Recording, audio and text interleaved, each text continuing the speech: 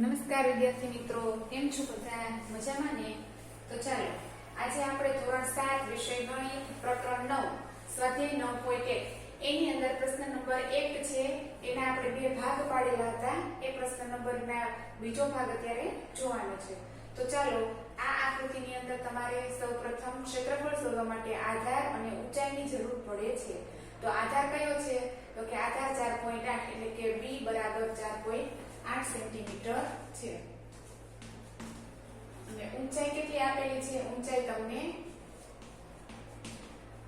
5 centimetre આપેલી છે. તો ચાલો સબાજનું ક્ષેત્રફળ બરાબર b ગુણ્યા h. b કેટલો છે? 4.8 ગુણ્યા 5. હવે આ બંનેનો આપણે ગુણાકાર કરવાનો છે. તો ચાલો પોઈન્ટ વાળા દાખલાનો ગુણાકાર પણ શીખાઈ જાય. 8 × 5 = 40 ને શું વધી આવી 4 4 × 20 ને 4 24. તો જો વિદ્યાર્થી મિત્રો, પોઈન્ટ પછી તમારે અહીંયા એક સંખ્યા છે એટલે જવાબમાં એક સંખ્યા પછી પોઈન્ટ કાપી લેવાનો છે. પોઈન્ટ કાપ્યા પછી જો શૂન્ય હોય તો શૂન્યનો કઈ કિંમત હોતી નથી. એટલા માટે અહીંયા ખાલી 24.0 લખવાની જરૂર નથી. ખાલી તમે 24 લખો તો પણ સાચું છે. 24 સેન્ટીમીટર સ્ક્વેર. સમજાય છે? આ દાખલાનો જવાબ આપણે 24 સેન્ટીમીટર સ્ક્વેર આવે છે. એના પછીનો દાખલો નંબર ઈ આવે છે. નંબર ઈ નું તમે જુઓ.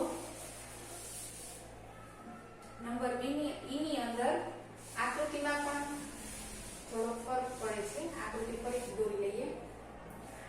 જુઓ, આવી રીતના સમાંતર બાજુ ચતુષ્કોણની આકૃતિ આપેલી છે. આ આકૃતિની અંદર અહીંયા ઊંચાઈ દર્શાવેલી છે. ઊંચાઈ કેટલી બતાવવામાં આવેલી છે? 4.4 સેન્ટીમીટર અને આધાર કેટલો આવ્યો છે? 2 સેન્ટીમીટર.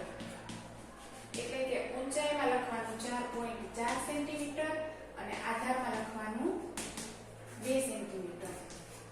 તો હવે લખીએ સબાજનું ક્ષેત્રફળ બરાબર b ગુણ્યા h બરાબર કેટલી છે? b 2, ઊંચાઈ 4.4.